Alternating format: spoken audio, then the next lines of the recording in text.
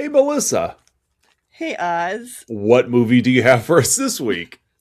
Today we are watching The Love Child of Groundhog's Day, Pen 15, the figurehead of Ricky Lake, and the voice acting of Winnie the Pooh.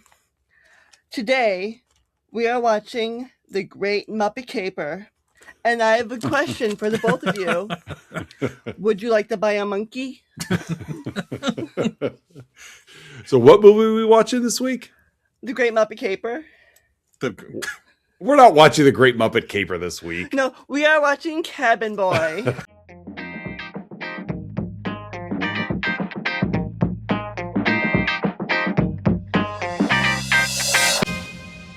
Welcome back, listeners and viewers, to another week of Let's Talk About Flicks, the podcast where we take a monthly theme. We are wrapping up Patreon subscriber month point Yes, we 5. are 6-weeker. Yes, with another guest, with back-to-back guests this week, as we have Patreon subscriber Melissa L. Welcome to the show. Thank you. Yes, live in the flesh, in studio. In studio.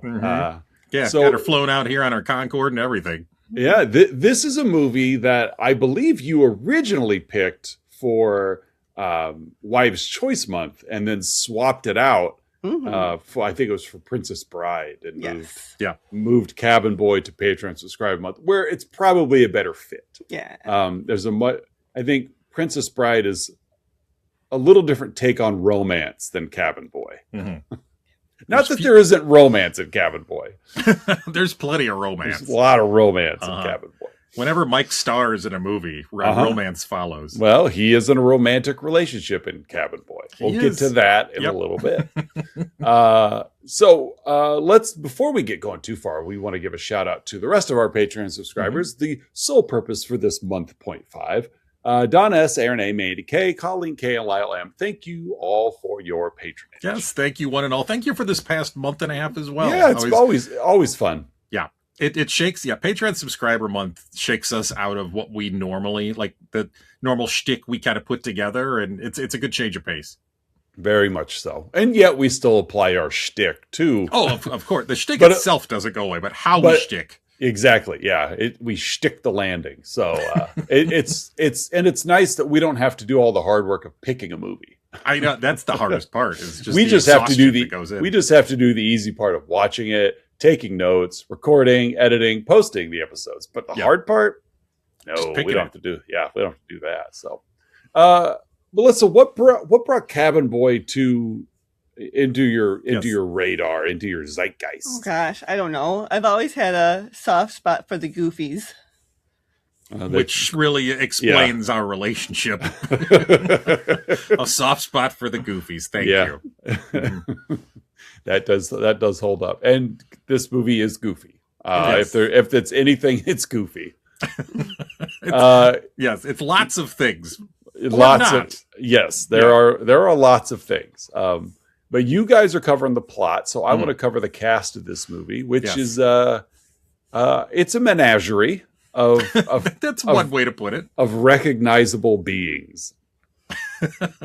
This movie, that's what I think of when I think of James Gammon. I think he's a recognizable being. He's a recognizable being. I'm going to, if you will, I'm going to do my best when I introduce these people as to where you probably know them from. Yeah, that's a good way to do this cast. So we're going to start with Chris Elliott, who is the titular Cabin Boy. You would probably know Chris Elliott as the cameraman in Groundhog Day, or the scary movie franchise with the messed up hands. So Chris Elliott is our star of the movie, co-writer of the movie. And I think just based on the trivia, the only one that actually wanted to make the movie. Didn't feel like many other people really, it got made though. So good for them. It got made. And he is on a boat with several other people. Rich Brinkley plays Crapton, we're Dr. Stephen Brule now. They're on a boat. Yeah. They're on a boat with the Crapton. I have broat. I have many broat. But Rich Brinkley plays Captain Graybar. He was on Murphy Brown. That's right. We've got Brian Doyle Murray. He's the lesser of the Murrays. Yes. You would likely know him as the boss from Christmas Vacation. He's also in Caddyshack. And he $50 says he eats it. right. And he's also been to Duluth. Yes, he's been to Duluth. He's been to Duluth. We've got James Gammon as Pappy. Brian Doyle Murray plays Skunk. James Gammon is one of the deckhands. He plays Pappy. You would recognize him from the Major League movies as the manager. He was also in Urban Cowboy. That's right. He was an Urban Cowboy. He was the one that he controlled the mechanical bull until Scott Glenn and his greasy chisel decided to share. I like Scott Glenn's greasy chisel in that movie. He was a handsome dude in that movie. He was. And then we've got probably the most recognizable one, Brian James, who I've always confused with Terry Funk. There's some similarities there. Terry Funk and Brian James. He plays Big Teddy. Like I said, he's been in Blade Runner, Tango and Cash, another 48 Hours. Yeah, just if you need a big tough guy, you look for Brian James. Yeah, you had Blade Runner originally in your movie Marriage. It is in there. I don't think you said it though. I said it. Did you? She meant to say it. Yeah. So those, and we can't forget Andy Richter in his big screen debut. Andy Richter of Late Night with Conan O'Brien fame. As Kenny, basically the idiot. Yes, he's the first cabin boy. Yeah, he's the first cabin boy, and makes Chris Elliott's idiot look very capable. Yes, yeah, that's you're not wrong. If you thought Chris Elliott's character in this movie is inane and off his rocker, Kenny. Yeah, Kenny is lacking in all of the above, and he's lacking in everything. Yes, he's just lacking. We've got Melora Walters, which she works with Paul Thomas Anderson quite a bit. Yeah. And you've got an Anne Magnuson as Callie, which we'll get into the fantasy aspect of this as we go along. Russ Tamblyn is Chucky. Yeah, Amber's father. Russ Tamblyn has always reminded me of Michael Park. I could see that, yeah. He's got a very Michael Park look to him. Son number one. Yeah. And especially Michael Park in Tusk. Okay. I could see that with the facial hair. Ricky Lake, as you mentioned, really Ricky Lake from the Ricky Lake talk show, as well as the original Hairspray. She was the first Tracy Turnblad.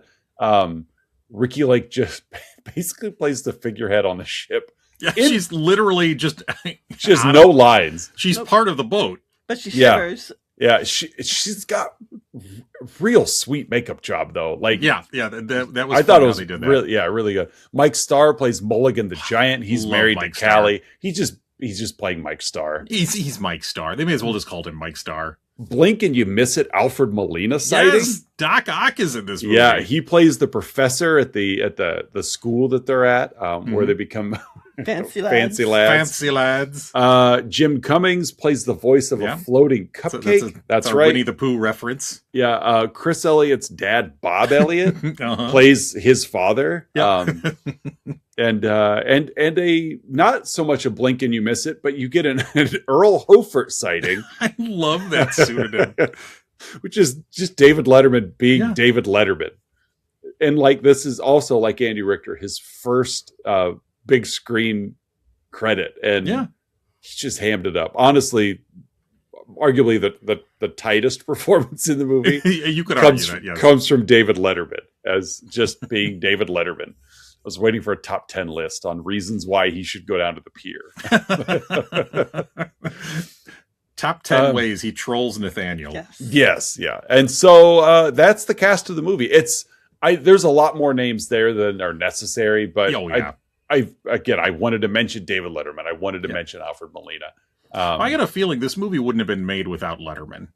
With the relationship that he and Chris Elliott have. Exactly. Yeah. I think there was a lot of mutual respect there. And of course, Elliott was writing, Elliott and the writer-director, Adam Resnick, were both writers for David Letterman at the time, I believe. So, and they had also just concluded their 2-season run of Get a Life. Yeah. The cult classic sitcom that aired on Fox for a couple years in the early 90s. Yes, it was on Fox. I've not seen it.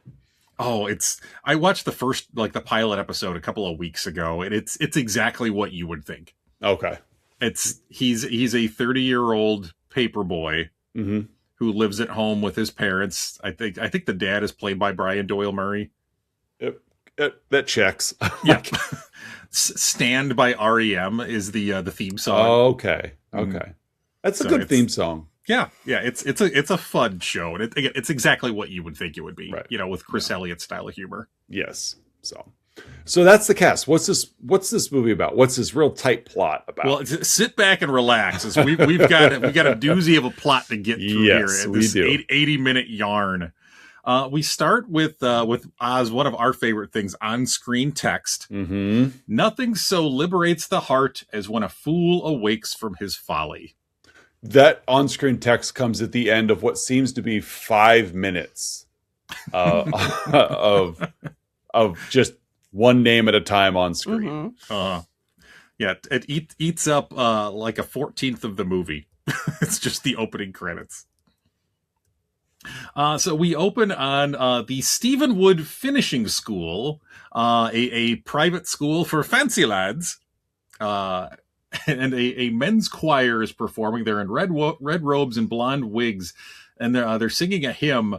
The camera is slowly panning from left to right, and once Nathaniel, Chris Elliott's character, enters the frame, we now hear him singing. Yes. Very falsetto and very intentionally off key. I would like to say that every time our church sings this song, I get the giggles. You also sing falsetto as well for it, yeah. Nathaniel is told by the headmaster that his father is sending for him, and he'll ride first class on a very fancy vessel because that's the Mayfeather, is that their name? Queen Catherine? Mayweather, the Mayweather family. Yeah. Yes, on the Queen Catherine ship. And so, you learn very fast. Nathaniel is incredibly privileged, incredibly rich, and he's always cared for. He's never had to do a thing for himself. He is just filled with contempt for other people, just very dismissive contempt. Yeah, very condescending for other people. He insults the headmaster as the headmaster is expositioning that Nathaniel is in line to take over the family's hotel empire in Hawaii. It's very, very Billy Madison-esque. Yes, yeah. There's some parallels there. Although this came out before Billy Madison, it did. There'd be no Adam Sandler without Chris Elliott. That's fair. Yeah. The headmaster is very frustrated at Nathaniel's condescension. They've been trying for years as a faculty to curb it with absolutely no effect. We meet Professor Alfred Molina. This was 13 years after Raiders of the Lost Ark. Yeah. Like I won't say he wasn't recognizable, but he wasn't anybody in Hollywood. So when you watching it now and you see him like, crap, that's Alfred Molina. That's Alfred Molina. Yeah. He calls Nathaniel up to the front of his class to give a presentation about derby cap tipping. Yeah. Nathaniel just starts insulting his fellow classmates, calls the professor underpaid, brags about his endowment. And again, that's Nathaniel. He's an awful person. He's one of those people that no one, I think, regardless of background or privilege, would want anything to do with. Like, he's that dismissive of other people, and he's just an awful person. Yeah. A limo picks him up after insulting the limo driver one too many times. Again, the limo is bringing him to the Queen Catherine ship. Limo driver kicks him out. So for the first time in his life, he has to think for himself, and he has to do something. He's begging God not to let him sweat. Physical activity. Yeah. It's his first. It's very much like Beatrix. Yeah. She clinically doesn't like to sweat. Yeah. So there's some parallels there. It's his first real exercise in life. At one point, he lets out a scream as he wipes his brow and discovers that he's been sweating. Nathaniel misreads a sign and goes to the wrong. Because there's a cow in the way. Yes, there's a cow blocking the bottom portion of a sign. Yeah. So he misreads the sign, pointing to the Queen Catherine, takes the other fork in the road. and ends up in the wrong village with the locals, whom he calls a bunch of stinkos. I love the fact that there's there's a sign at a fork in the road pointing to a boat. That, not the community. No, to a boat that's not even docked there all the time. That's where you go. Unless there's just a dozen Queen Catherines and they just rotate through. Yeah, it's like an Amtrak station. Yeah. So Nathaniel approaches in the village, a character named Old Salt, who again played by David Letterman. Yeah. Who casually insults Nathaniel, his masculinity, and asks the famous line. Calls him female names the entire time. Mm-hmm. And what is the famous line, Patreon subscriber Melissa L? Would you like to buy a monkey? He's got like a sock monkey. He's just selling in the village. It's very much felt like David Letterman doing a David Letterman impression. Yes, that's a good way to put it. It's Letterman playing Letterman. Yeah. And Old Salt intentionally lies and directs Nathaniel to the wrong ship. Yeah. Well, aren't you sweet? Nathaniel, he thanks Old Salt, not realizing the ruse, but refuses to shake Old Salt's hand because you're, all of that. Yeah. and as Nathaniel walks away, what does Old Salt say? Oh man, do I hate them fancy lads. Which is the school and fancy lad like that renown? Apparently, because the people in neighboring communities know them as fancy lads, and that's how they refer to themselves. The headmaster even said, you're a fancy lad, you have to be better than this. Right. It's like we only see a dozen of them, but yet everyone knows a fancy lad. Yeah, they stand out. It's the wig. Yeah. So as Nathaniel gets on the boat, we meet slack-jawed Kenny, again, early career Andy Richter here. Yes. Who's watching over the boat as the captain and crew are on shore leave. Captain thinks I'm dumb as a carp. Here's how a harem girl dances. He's just trying to entertain him. Nathaniel thinks it's a theme ship. He thinks it's this is great. I love it. He thinks that it's supposed to look destitute and run down and because that's the bit. Yeah. And so he's distraught when he realizes that he's actually just at a fishing ship and they're away for 3 months. Mm-hmm. So things turn very quickly for a young fancy lad Nathaniel. Yes. He convinces Kenny to steer the boat towards Hawaii while the rest of the crew is asleep. But instead, because it's Kenny and Kenny's as dumb as a carp. He's good at maps. Captain says I'm good at maps. I'm good at maps. I love when he spins the wheel of the ship and then adjusts it just an inch. There we go. Now we're going to Hawaii. But instead of going to Hawaii, he accidentally steers them towards Hell's Bucket. Yeah. Which is like a Bermuda Triangle-esque sort of thing. Because they couldn't get the rights to Bermuda Triangle. No, so they went with Hell's Bucket. Well, and it's not on the way to Hawaii. That's true. That might be more of the reasoning. Yes, different oceans. In a huge storm, Kenny is thrown overboard. The mast breaks. The crew is absolutely furious. They end up putting him on a raft and behind the ship and give him 2 miles worth of rope. So they're basically just towing him. They give him cooking oil though. Yeah. And a gallon of chocolate milk. Yeah, chocolate milk, which he quickly drinks. So he rubs the cooking oil on himself and literally just roasts himself. Yeah, just bakes himself, in the sun. Drinks seawater. Yeah. Water, ain't it? Yeah. It's water. Is it true seawater is not good for you? It's the first time hearing it. He hallucinates a white tuxedo-clad Kenny who wishes him bonsoir. As he takes a trapdoor back underwater. Yeah. Hallucinates a big floating cupcake monster who spits tobacco on him, voiced by Jim Cummings. So there's our Winnie the Pooh reference. He hallucinates he's a parakeet, falls into the ocean, and is saved by a shark man. Yes. Yes, folks, you heard that right. He's saved by a half man, half shark named Chucky. Chucky, played by the aforementioned Russ Tamblyn. Eventually, the crew starts coming around to him. Nation makes them fish stick kitties, which I think I laughed harder at that than I did anything else in the movies. So he takes a couple of fish sticks and he uses toothpicks to hold them together and to give them whiskers. You ever cute? Yeah, maybe for dinner tonight we could have fish stick kitties. Fish stick kitties. If you're cooking, okay, I'll make us. I'll get some Gortons and we'll have fish stick kitties. Fish stick kitties. So he Nathaniel cleans. He's meal prepping for them, and while he's doing this, he notices someone floating in the water. There's a woman, in kind of a catatonic state, floating in the water next to the ship, right here in the middle of the ocean.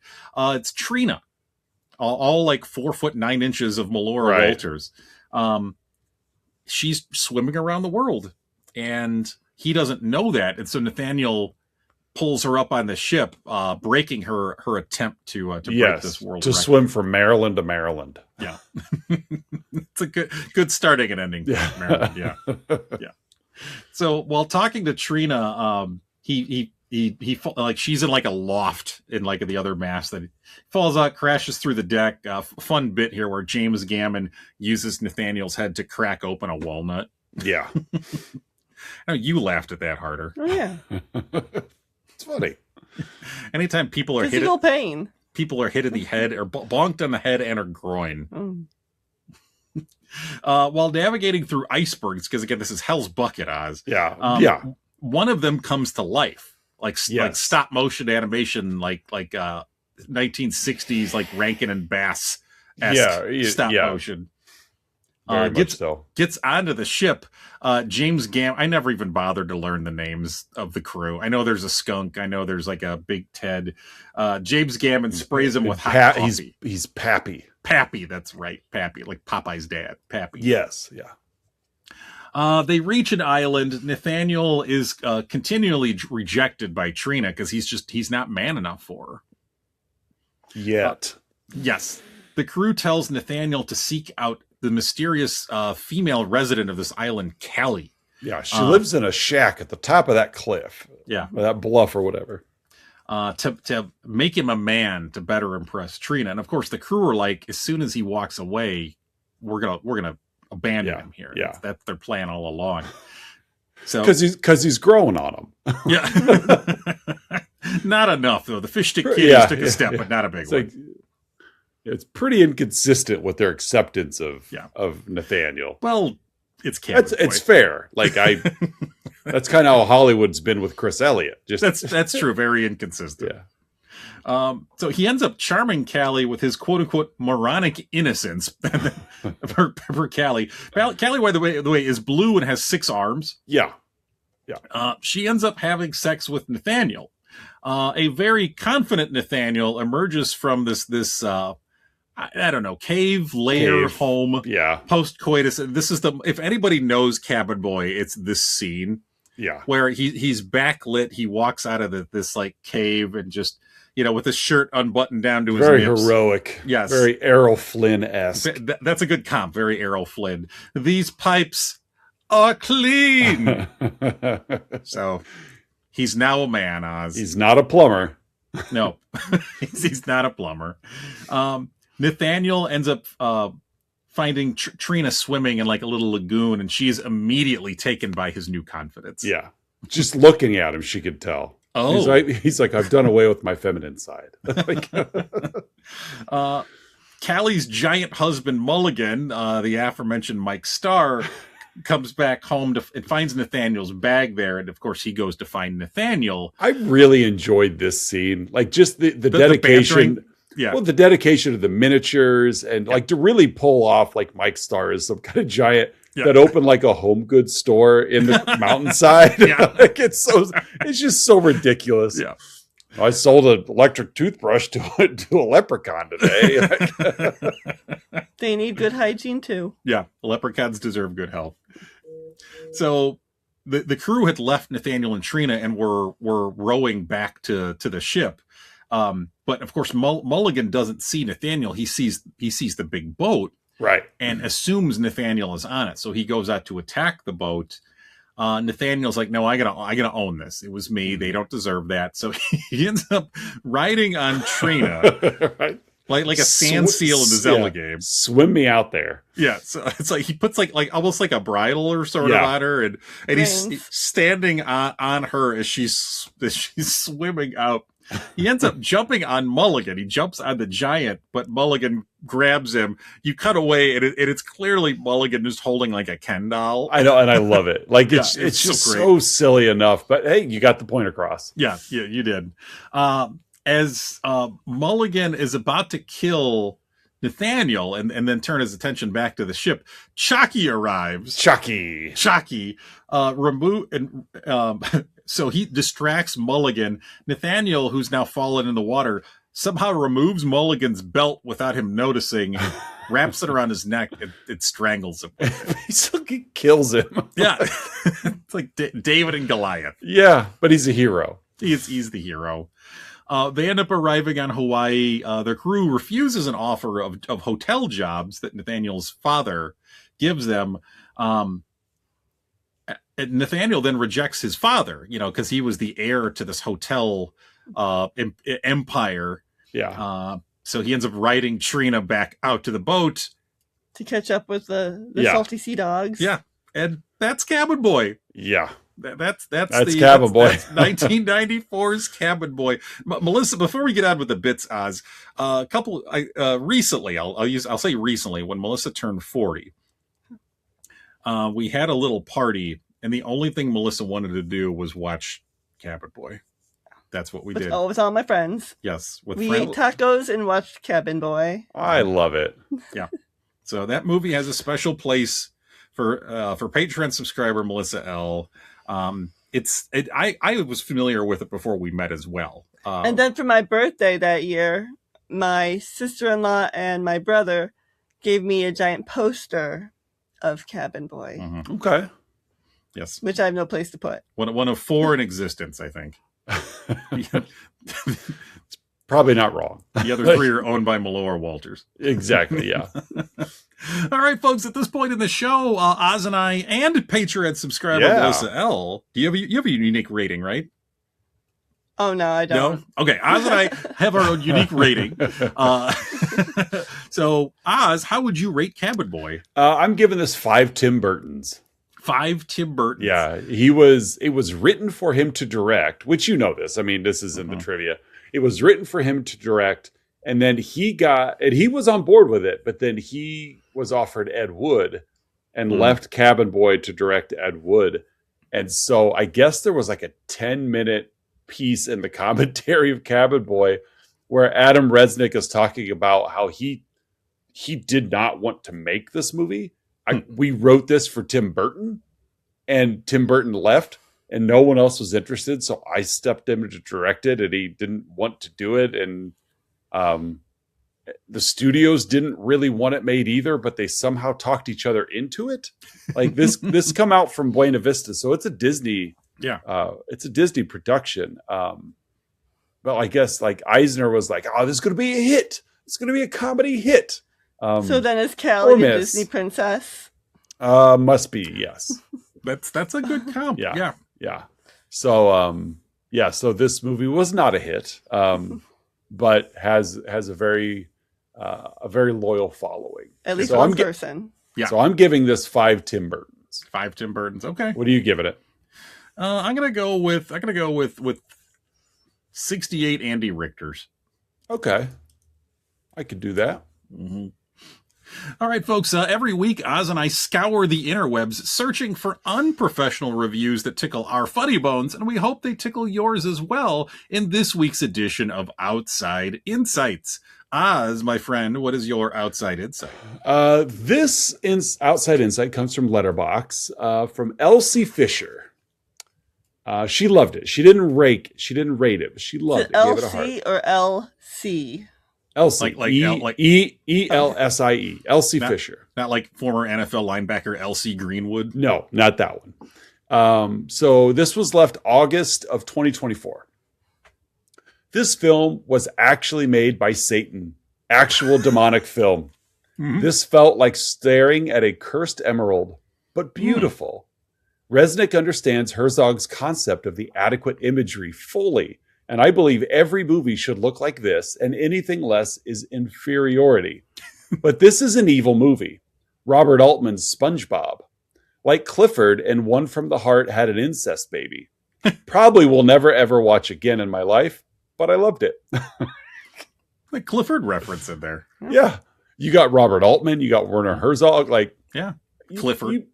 I think, Elsie, you might be watching a little more highbrow films and stumbled across this one. I think go ahead. Is it the Robert Altman reference? I think that Altman's movie North came out this same year, and I think both Cabin Boy and North were nominated for Razzies.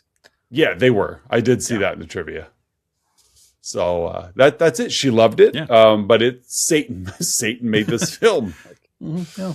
Okay. A cursed but beautiful emerald. Yes. That's you, my love. Oh, that's so sweet. So what's your outside insight? I got two I'm going to share if you don't mind. As always, Absolutely. My outside insights come from the Internet Movie Database. The first is a 1 out of 10, left in July of 2000 by J.P. Asb, with the subject line, "He's sailing on the high seas and apparently without a script." To provide a glimmer of how bad Cabin Boy is, after returning it to Blockbuster, unrewound, it wasn't spending any more time in my VCR. The clerk profusely apologized for allowing me to waste my $2. First off, I'd like to say I've seen a lot of crap in my life. I'm a Toronto Maple Leafs fan, for goodness sake. But Cabin Boy is by far the worst movie ever made. I rate it far worse than such forgettable stinkers as Godzilla, Johnny Mnemonic, and all the Kickboxer movies. You know, we do enjoy it when other movies Catch strays. Yeah, they catch strays in a review. Yeah. Speaking of, the other one I'm going to share is a 10 out of 10. All right. I didn't write it. Not written by you this time, just to troll me. Left by Theodans in February 2005 with the subject line, "Cabin, oh boy." Chris Elliott's sense of humor is of the bizarre kind and requires for the deepest understanding thereof on all levels an extremely cultivated intellect and simultaneous rejection of that traditionally conceived as the predominating cultivated aesthetic. That's a lot of big words in one sentence. It is a lot of big ones. As you see, it has received paltry scores from the greatest part of the spectating crowds who vote on IMDb. But should one follow them? They have also selected such trash as Donnie Darko for placement among their trophy shelf of film. Okay. Again, another movie catching strays there. A little bit. That's okay. Yeah. All right, folks, it's that point in the show you've all been waiting for, the Let's Talk About Flicks signature segment, the 3-2-1, in which Oz and I and Patreon subscriber Melissa L. will each share 3 goods, 2 bads, and 1 about this week's movie, Cabin Boy. Patreon subscriber Melissa L., what are your 3 goods? I only have 1. What is your out of the good? The 6 things. My hon. As always, prepared. Yep.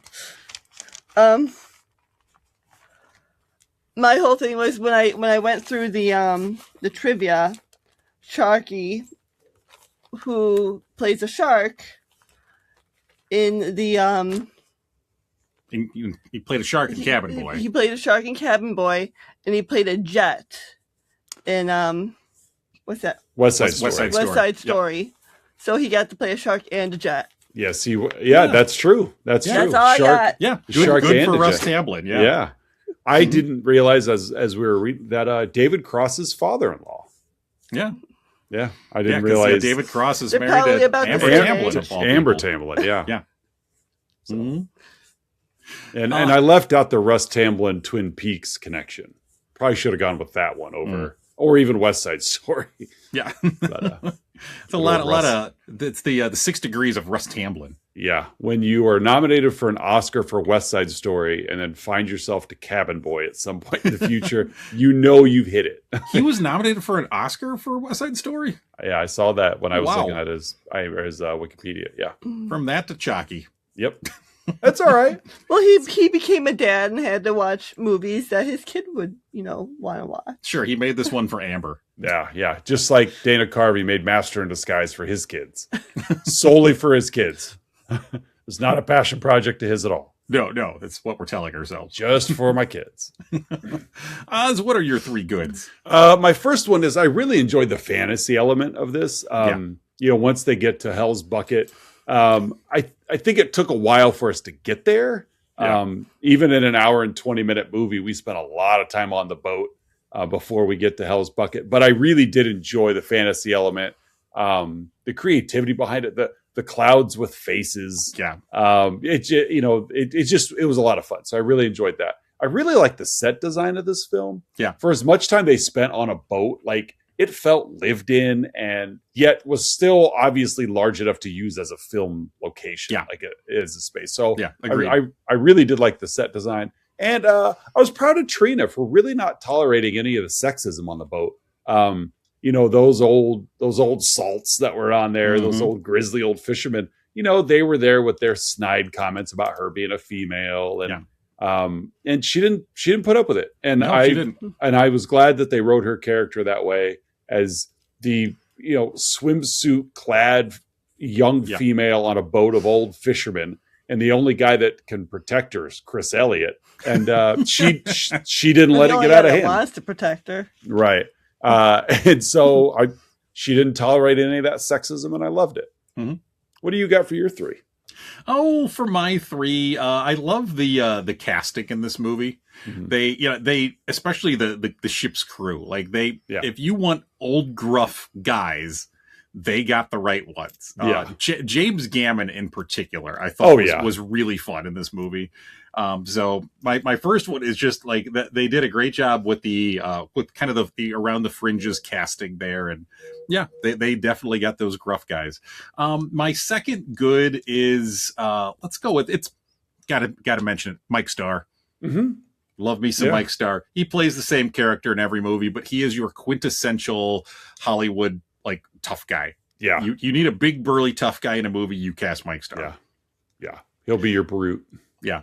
And my last good is just Letterman supporting his longtime collaborator Chris Elliott. Mm-hmm. Elliott was initially famous in the mid to late 80s just doing bits on late night with Letterman when he had the old 12:30 show. The Conan, the slot that eventually went to Conan when when Letterman moved over to CBS. But it just Letterman doing Chris Elliott a solid, knowing that without his backing, this movie probably wouldn't get made. Yeah, probably not. Yeah. But it just, and of course, just Letterman's performance too, as old. Was just, just made it was fun. Yeah. So those are my 3 goods. Oz, what are your 2 bads? My first one is that this pretty much just felt like a paycheck movie for lesser actors. Sure. And that easily could have been a good as well. But yeah, you're right. Like we've talked at length, episode after episode of, keeping the talent levels somewhat in line with each other so that, so you don't have anyone rising above. And this obviously is a Chris Elliott vehicle. Yeah. And as funny as he is, he's not a Hollywood leading man. And so by surrounding him with talent that can support him, but elevate him. Yeah. But at the same time, they're known for how many movies they've been in, not necessarily for their contribution to said movies. Yeah. So Brian Doyle Murray, John, is it John Bryan, and Gammon or whatever. They're fine. They're recognizable. But yeah, they're not lighting the world on fire with their abilities, which is fine. So this, $10 million budget on this movie. I think it all went into set design. And so a makeup for Ricky Lake, that too. But yeah, one of my bads is that this pretty much just turned into a paycheck movie for those lesser actors. It wasn't a hit. It didn't, it's got kind of a cult following now. And it's just like, well, I'm glad they got paid, but at the same time, like they know they get a bigger slice of the screen time in this than they do in a lot of their other stuff. Sure. And it's wish it would have paid off for them a little bit more. Yeah. My second one is Nathaniel. This is only an hour and 20-minute movie. Mm-hmm. in that You're hour welcome. well, thank you. In that hour and 20 minutes, Nathaniel is a very inconsistent character. And he starts out this, like you said, condescending, snotty little fancy lad.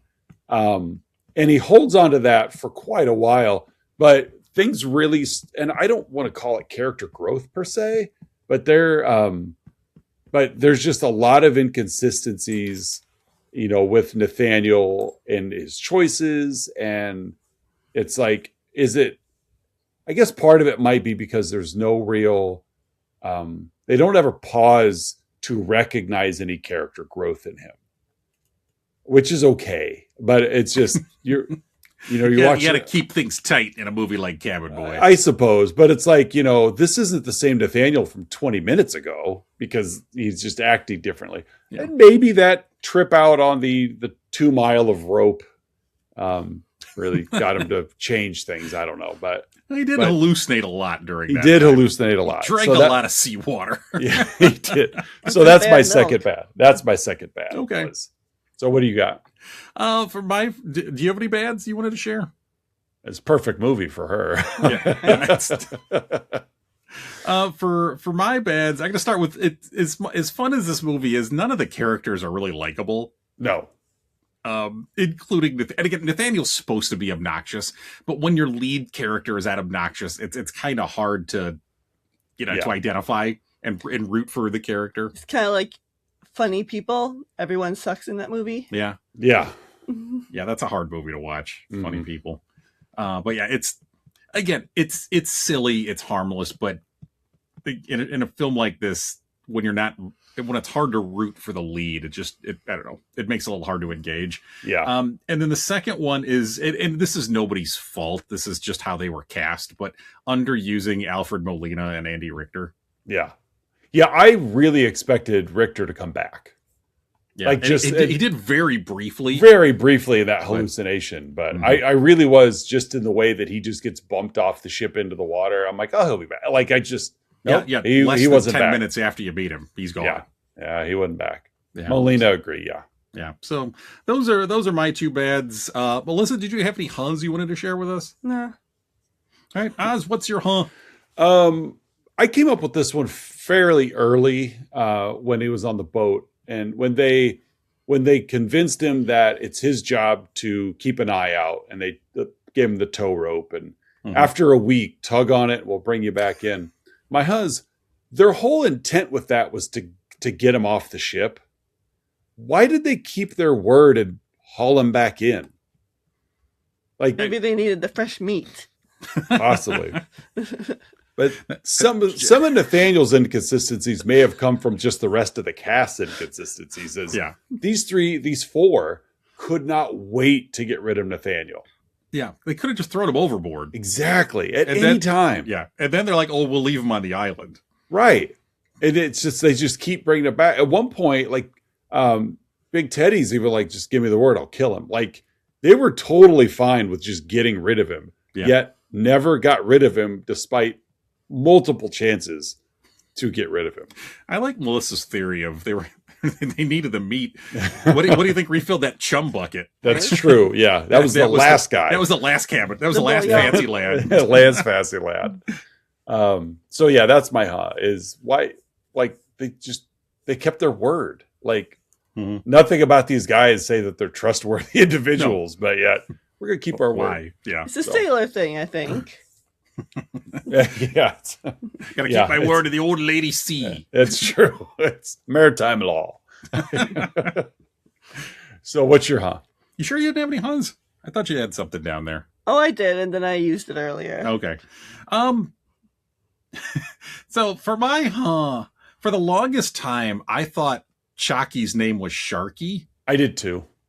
Why, for a character who's a half shark, why not call him Sharky? Right. Or if you're going to give him a name that's not Sharky, give him something that doesn't sound like Sharky. Exactly. Chalky, Sharky. It's like it's right there.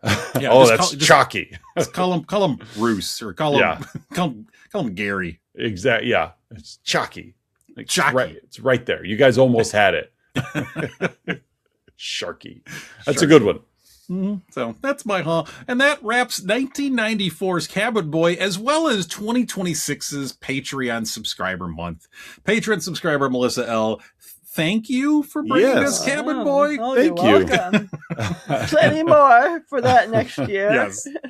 And to all of our Patreon subscribers, thank you for the last month and a half. It's always a blast going through your favorites and putting our own silly spin on them. Absolutely. I couldn't agree more. So now we need to pivot. And thankfully, April is another 5-week month as April 1st falls on a Wednesday. So we get 5 Wednesdays throughout the month, to which our first 2, as you know, are going to be the final 2 weeks of Patreon subscribers. So we have 3 weeks left. And last year we did an abbreviated month of cop movies. Featuring Cop and a Half. Yeah, which we got actually 3.5 movies. 3.5 We got 3.5. Yeah. And so we've got another short theme for the remainder of April. And we wanted to take this opportunity. We haven't done this a while as I look back through. I think the last time we kind of put the spotlight on a star. Well, yeah. We did Bam Bam Catherine Bigelow month, but we're talking more like actors. Sure. I think the last time we did it was August of 24 with John Candy movies. John Candy movies, yeah. So we're coming around for another month where we're going to spend the next 3 weeks spotlighting one of our favorite 80s actresses, Jamie Gertz. Yes. We are going to have Jamie Gertz month for the remainder of April. We're going to cover 3 different films. And there, to be fair, in the 80s and early 90s, there were quite a few Jamie Gertz movies to choose from. And so we are going to tip off the remainder of April of Jamie Gertz month with one of her more underseen movies, yet despite having a very solid cast, we're going to be watching Don't Tell Her It's Me. You might know this movie as The Boyfriend School. I knew it as Don't Tell Her It's Me. A movie featuring Steve Guttenberg, Shelley Long, Jamie Gertz, Mad Shemamek, Kyle MacLachlan, Beth Grant. Pretty solid cast list. Yeah, a lot of interesting actors in this movie. For a movie that just kind of got glossed over. This was one that was probably on like HBO rotation a lot growing up. And so I would watch it and I really enjoyed it. As I mentioned pre-show, I was a Police Academy fan and in my early days, way too young to be exposed to Police Academy, but I wouldn't be where I am today. Explains so much. It does. And so I probably enjoyed the Steve Guttenberg connection. And so we're going to watch Don't Tell Her It's Me. It's a fun little movie. It plays fairly quick. It's sappy. Like it's an 80s romantic goofball thing. You got Steve Guttenberg in the lead. He doesn't have the help as he does in like Cocoon. Yeah. Where you got Brian Dennehy and Jessica Tandy carrying a lot of the heavy load. Wilfred Brimley carrying the load. Who are we? Exactly. Well, right. But yeah, this, he's relying on Jamie Gertz and Shelley Long to do his heavy lifting. Yeah. And it's a sweet little film. It's got a fun little story behind it. I think it's worthy of, you could peel back a little bit and read into this a lot more than like Police Academy 3. Got a little more depth than 3 Men and a Baby. Hey, so that's what we're gonna do. We liked 3 Men and a Little Lady when we covered that. We did that. We really did. It was a very charming little film. I think a 5.5 on IMDb. We both liked it more than we thought. I did. I really liked that movie. It was fun. So we're gonna kick off Jamie Gertz month with Don't Tell Her It's Me. Social media wise, you guys can find us on Facebook and Instagram, YouTube Shorts. I did find out the issue last week. I talked about how I tried to like mass upload, because I used to be able to upload like 10 of them at a time. I've got to do one at a time. If I do one at a time, it'll let me post. If I do 10 at a time, it won't let me post individually. So I don't know why, but so I'm back to post. Solved. Yeah, I'm back to posting on YouTube a little bit. A little trial and error got us there. So check out the website as well. Let's talk about flicks.com. And some new blogs up there. Yeah. Your Criterion marathon continues. We got some more from Josh Adams there.